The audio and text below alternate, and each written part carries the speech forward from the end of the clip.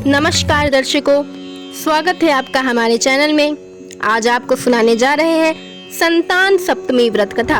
इस कथा के बिना संतान सप्तमी का व्रत अधूरा माना गया है। कहते हैं कि जो महिला संतान सप्तमी के दिन इस कथा का श्रवण करती है और पाठ करती है, उस महिला को उसके व्रत का संपूर्ण फल मिलता है। ये भी कहा जाता है कि ये कथा स्वयं भगवान श्री कृष्ण ने युधिष्ठिर को सुनाई थी, जिसके फलस्वरूप पांडवों को अभिमन्यु जैसा तेज और गुणवान पुत्र प्राप्त हुआ था।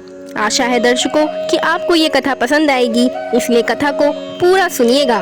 कहते हैं कि कथा को बीच में छोड़ देने से व्यक्ति को पाप और दोष लगता है, इसलिए मेरा आग्रह है कि आप कथा को अवश्य सुनिएगा और पूरा सुनिएगा, इसको बीच में मत छोड़िएगा। दर्शकों, संतान सप्तमी का व्रत बहुत ही फलदायी माना जाता है। ये व्रत बच्चों की भलाई और लंबी उम्र के लिए किया जाता है। आमतौर पर ये व्रत विवाहित महिलाएं संतान प्राप्ति के लिए रखती हैं। ऐसा माना जाता है कि इस व्रत को रखने से संतान से जुड़ी सभी समस्याएं दूर होती हैं। इस कथा में हम आपको इस व्रत की महिमा जरूर बताएंगे।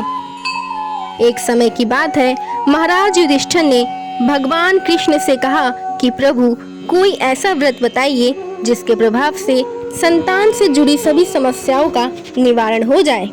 ये सुनकर भगवान श्री कृष्ण ने कहा कि युधिष्ठिर, मैं तुमको एक पौराणिक कथा को सुनाता हूँ, तुम ध्यान पूर्वक सुनो। और दर्शकों, हम आपसे आशा करते हैं कि आप भी इस कथा को ध्यान पूर्वक सुनिएगा। ऐसा कह के श्री कृष्ण युधिष्ठिर को आगे बताते हैं कि युधिष्ठिर, देवकी माँ को मेरे जैसा तेज प्रतापी पुत्र इस कथा के ही फलस्वरूप हुआ था। ये कथा देवकी माँ को लोमय ऋषि ने सुनाई थी और आज वही कथा मैं तुम्हें सुनाने जा रहा हूँ। इसे एक निष्ठा से सुनना। ये कथा राजा नहुष की पत्नी के साथ जुड़ी हुई है। एक समय अयोध्या में बड़े प्रतापी नहुष नामक राजा राज किया करते थे। राजा की पत्नी का नाम चंद्रमुखी था। चंद्रमुखी देवकी माँ की तरह ही संतान सुख की प्राप्ति के लिए व्याकुल थी। चंद्रमुखी की कोई भी संतान नहीं थी, जिसके कारण वो हमेशा संतान के लिए दुखी रहा करती थी। उनकी तबीयत भी दिन प्रतिदिन खराब होती जा रही थी और इतना दुखी होने के कारण उनका राजपाट में भी कहीं मन नहीं लगता था। उसी नगर में विष्णुगुप्त नाम का एक ब्राह्मण रहता था और उसकी पत्नी भी चंद्रमुखी की तरह ही अत्यंत रूपवती और सुंदरी थी। विष्णुगुप्त की पत्नी का नाम भद्रमुखी था। रानी और ब्राह्मणी में अत्यंत प्रेम था।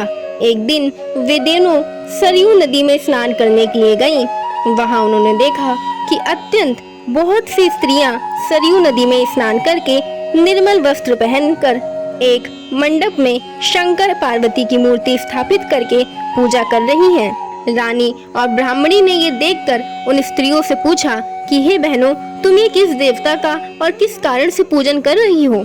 ये सुन स्त्रियों ने कहा कि हम संतान सप्तमी का व्रत कर रही हैं और हमने शिव पार्वती का पूजन चंदन अक्षत आदि से किया है। पूरे विधि विधान से हम इस व्रत को संतान सुख की प्राप्ति के लिए कर रहे हैं। तब सारी स्त्रियों ने चंद्रमुखी और भद्रमुखी को इस व्रत का विधि विधान और महिमा सब कुछ बता दिया, जिसे सुन के रानी और ब्राह्मणी ने भी इस व्रत को करने का मन ही मन संकल्प किया और घर वापस लौट आईं। ब्राह्मणी भद्र तो इस व्रत को नियम पूर्वक करती रही, किंतु रानी चंद्रमुखी राजपाट के कारण कभी इस व्रत को करती, कभी ना करती, कभी भूल हो जाती थी। कुछ समय बाद दोनों मर गईं। दूसरे जन्म में रानी बंदरिया और ब्राह्मणी ने मुर्गी की योनि पाई।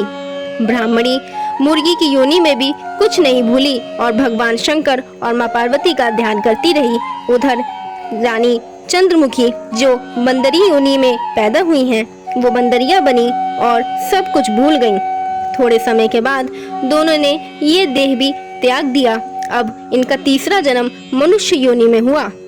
उस ब्राह्मणी ने एक ब्राह्मणी के यहाँ कन्या के रूप में जन्म लिया और उस ब्राह्मण कन्या का नाम भूषण देवी रखा गया तथा विवाह गोकुल निवासी अग्निशील ब्राह्मण से कर दिया गया। भूषण देवी, जो कि अपने पिछले जन्म में भद्रमुखी थी, वो इस जन्म में भूषण देवी के नाम से जानी गई और वो इतनी सुंदर थी कि वो आभूषण न पहनते हुए भी अत्यंत सुंदर लगती थी। कामदेव की पत्नी रति भी उनसे जलती थी। भूषण देवी के अत्यंत सुंदर सर्वगुण संपन्न चंद्रमा के समान धर्मवीर, कर्मनिष्ठ और सुशील स्वभाव वाले 8 पुत्र उत्पन्न हुए। ये सब भोलेनाथ के व्रत का फल था। दूसरी ओर शिव विमुख रानी के गर्भ से कोई भी पुत्र नहीं हुआ। वह निसंतान दुखी रहने लगी। तब रानी और ब्राह्मणी में जो प्रीति पहले जन्म में थी वो अब भी बनी रही। रानी जब वृद्ध अवस्था को प्राप्त होने लगी तब उसे गूंगा, बहरा तथा बुद्धिहीन अल्प आयु वाला पुत्र हुआ। वह 9 वर्ष की आयु में इस क्षणभंगुर संसार को छोड़कर चला गया। अब तो रानी पुत्र शोक में अत्यंत दुखी हो व्याकुल रहने लगी। देवयोग से भूषण देवी ब्राह्मणी रानी के यहाँ अपने पुत्रों को लेकर पहुंची। रानी का हाल सुनकर उसे भी बहुत दुख हुआ, किंतु इसमें किसी का क्या वश। कर्म और प्रारब्ध के लिखे को स्वयं ब्रह्मा भी नहीं मिटा सकते। रानी अब दुखी रहने लगी और उसे अपने पिछले जन्म के कर्मों के कारण इस जन्म में ये दुख भोगना पड़ रहा है।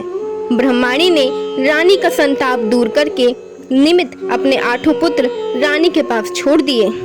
इधर रानी पंडितानी के इस वैभव और 8 पुत्रों को देखकर उससे मनी मन में जलने और ईर्ष्या करने लगी। उसके मन में पाप उत्पन्न हुआ।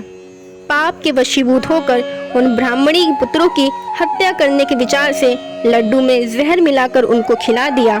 लेकिन शिव जी की कृपा से एक भी बालक की मृत्यु नहीं हुई। ये देखकर रानी अत्यंत ही आश्चर्य हो गई और इस रहस्य का पता लगाने के लिए मन ही मन में उसने ठान लिया। भगवान की पूजा से निवृत्त होकर जब भूषण देवी आई तो रानी ने उससे कहा कि मैंने तेरे पुत्रों को मारने के लिए इनको जहर मिलाकर लड्डू खिला दिया, किंतु इनमें से एक भी नहीं मरा। तूने कौन सा दान पुण्य व्रत किया है जिसके कारण तेरे ये पुत्र नहीं मरे और तू नित नए सुख भोग रही है? तेरा बड़ा सौभाग्य है। इनका भेद तू मुझसे निष्कपट होकर समझा, मैं तेरी बड़ी ऋणी रहूंगी।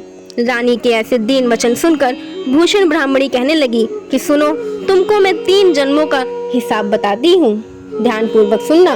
पहले जन्म में तुम राजा नहुष की पत्नी थी और तुम्हारा नाम चंद्रमुखी था। मेरा भद्रमुखी था और ब्राह्मणी थी। हम तुम ये अयोध्या में रहते थे और मेरी तुम्हारी बड़ी प्रीति थी। एक दिन हम तुम दोनों सरयू नदी में स्नान करने गईं और दूसरी स्त्रियों को संतान सप्तमी का उपवास, शिव जी का पूजन अर्चन करते देख कर हमने भी इस उत्तम व्रत को करने की प्रतिज्ञा की थी, किंतु तुम सब भूल गई और झूठ बोलने का दोष तुमको लगा, जिसका फल तुम आज भी भोग रही हो। मैंने इस व्रत को अपने तन मन श्रद्धा से किया, नियम पूर्वक किया और आज भी करती आ रही हूँ। दूसरे जन्म में तुमने बंदरिया का जन्म लिया और मुझे मुर्गी की योनि मिली। मैंने भगवान शंकर की कृपा से इस व्रत के प्रभाव तथा भगवान को इस जन्म में भी ना भूली और निरंतर उस व्रत का नियमानुसार करती रही। तुम अपनी बंदरिया के जन्म में भी इस व्रत को भूल गई। मैं तो समझती हूँ कि तुम्हारे ऊपर यह तो भारी संकट है, उसका एकमात्र यही कारण है और दूसरा कोई कारण नहीं। इसलिए मैं तुमसे कहती हूँ कि तुम अभी से संतान सप्तमी के व्रत की विधि को समझकर पूरे निष्ठा से नियम अनुसार करो। इस व्रत की बड़ी महिमा है, इसे करने से तुम्हारा ये संकट दूर हो जाएगा। तब रानी को ये सारी बातें सुनकर बड़ा पछतावा हुआ और वो ब्राह्मणी के चरणों में लिपट पड़ी और अपने पूर्व जन्म की गाथा सुन के उनकी आंखों से आंसू बहने लगे और पश्चाताप के कारण वो उससे माफी मांगने लगी और याचना करने लगी कि भगवान शंकर पार्वती जी की अपार महिमा है, जो उन्होंने तुम्हें इतना फल दिया, इतना सुख दिया। अब मैं भी इस व्रत को निष्ठा पूर्वक करूंगी। अब वो रानी नियमानुसार संतान सप्तमी का व्रत करने लगी, जिसके प्रभाव से रानी को संतान सुख भी मिला तथा संपूर्ण सुख भोग कर रानी शिवलोक को गई।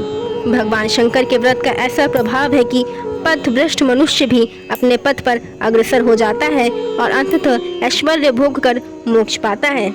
दोस्तों, ये कथा जब लोमश ऋषि ने देवकी को सुनाई तो देवकी को सुनाते हुए इस कथा का अंत करते हुए उन्होंने कहा कि हे देवकी, मैं तुमसे कहता हूँ कि तुम भी इस व्रत को करो और मन में संकल्प लो, तुम्हें भी संतान सुख अवश्य मिलेगा। इस कथा को सुनकर देवकी माँ ने हाथ जोड़कर कहा कि हे लोमश ऋषि, हे ऋषिराज, मैं इस पुनीत उपवास को अवश्य करूंगी।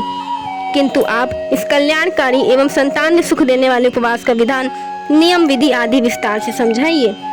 तब ऋषि बोले कि हे देवकी, ये पुनीत उपवास भादों के महीने में शुक्ल पक्ष की दशमी के दिन किया जाता है। उस दिन ब्रह्म मुहूर्त में उठकर किसी नदी अथवा कुएं के पवित्र जल में स्नान करके निर्मल वस्त्र पहनने चाहिए। श्री शंकर भगवान तथा जगदम्बा पार्वती जी की मूर्ति की स्थापना करें। इन प्रतिमाओं के सम्मुख आपसे जो बन पड़े आप वो अपना मिठाई, फल आदि चढ़ा के पूरे निष्ठा भाव से धूप दीप जला के इसकी पूजा करें। भगवान शंकर से अपनी कामना मांगे, वे आपको अवश्य संतान सुख के साथ आपके मनवांछित फल देंगे। इस व्रत को करने से समस्त पाप नष्ट होते हैं और भाग्यशाली संतान उत्पन्न होती है और अंततः शिवलोक की प्राप्ति होती है। हे देवकी, मैंने तुमको संतान सप्तमी का व्रत संपूर्ण विधान विस्तार सहित वर्णन किया है। अब तुम विधि पूर्वक इस व्रत को करो, तुम्हें अवश्य संतान सुख प्राप्त होगा। इतनी कथा कहकर श्री कृष्ण ने युधिष्ठिर को समझाया कि देखो, लोमश ऋषि इस प्रकार हमारी माता को शिक्षा देकर चले गए। ऋषि की कथा अनुसार मेरी माता देवकी ने इस व्रत को नियमानुसार किया, जिसके प्रभाव से मुझ जैसा पुत्र उन्हें उत्पन्न हुआ। ये व्रत विशेष रूप से स्त्रियों के लिए कल्याणकारी है, परंतु पुरुषों को भी समान रूप से कल्याणदायक है। संतान सुख देने वाला, पापों को नाश करने वाला ये उत्तम व्रत है, जिसे स्वयं आपको भी करना चाहिए और हो सके तो दूसरों से भी करवाना चाहिए और इस व्रत की महिमा का गुणगान करना चाहिए। नियम पूर्वक जो कोई इस व्रत का पालन करता है और सच्चे भाव से पूजा अर्चना करता है, उन्हें संतान रत्न की प्राप्ति होती है। इसके साथ ही संतान से जुड़ी सभी मुश्किलें दूर होती हैं। दोस्तों, जब श्री कृष्ण ने इस कथा युधिष्ठिर को सुनाई तो युधिष्ठिर इस व्रत की महिमा को जान हाथ जोड़ के श्री कृष्ण को प्रणाम करके कहने लगा कि हे मुरलीधर, हे गिरधारी, आपका बहुत बहुत धन्यवाद जो आपने मुझे संतान सप्तमी व्रत की महिमा और कथा सुनाई। आप जैसा पुत्र देवकी माँ को इस कथा के फलस्वरूप प्राप्त हुआ है। अब मैं भी इस कथा और व्रत की महिमा द्रौपदी को अवश्य बताऊंगा, जिससे वह इस व्रत को पूरे नियमानुसार कर सके। कहते हैं कि जब श्री कृष्ण ने युधिष्ठिर को ये कथा सुनाई थी, इसी के फलस्वरूप पांडवों को अभिमन्यु जैसा तेज और गुणवान पुत्र प्राप्त हुआ था। ये व्रत पुत्र प्राप्ति के लिए भी किया जाता है और इसे आमतौर पे महिलाएं संतान सुख की प्राप्ति के लिए करती हैं और अपने संतान की लंबी आयु और कुशल बुद्धि और स्वस्थ स्वास्थ्य के लिए करती हैं। आशा करते हैं कि आपको ये कथा पसंद आई होगी और इस कथा के अंत में हम यही कहेंगे कि भगवान श्री कृष्ण, भगवान भोलेनाथ, माँ पार्वती इस कथा को सुनने वाले और शेयर करने वाले पे अपना आशीर्वाद हमेशा बनाए रखें और जो भी महिलाएं संतान सप्तमी का व्रत हो उनका व्रत संपूर्ण करें और उन्हें मनवांछित फल दें। दर्शकों, अगर कथा सुनाने में हमसे कोई भूल हुई हो तो हम क्षमा प्रार्थी हैं। ये कथा धार्मिक मान्यताओं पर आधारित है। यदि आपको कथा पसंद आई हो तो लाइक और शेयर करिएगा और कमेंट में जय श्री कृष्ण अवश्य लिखिएगा। दर्शकों, मिलते हैं आपसे ऐसी ही किसी नई कथा के साथ।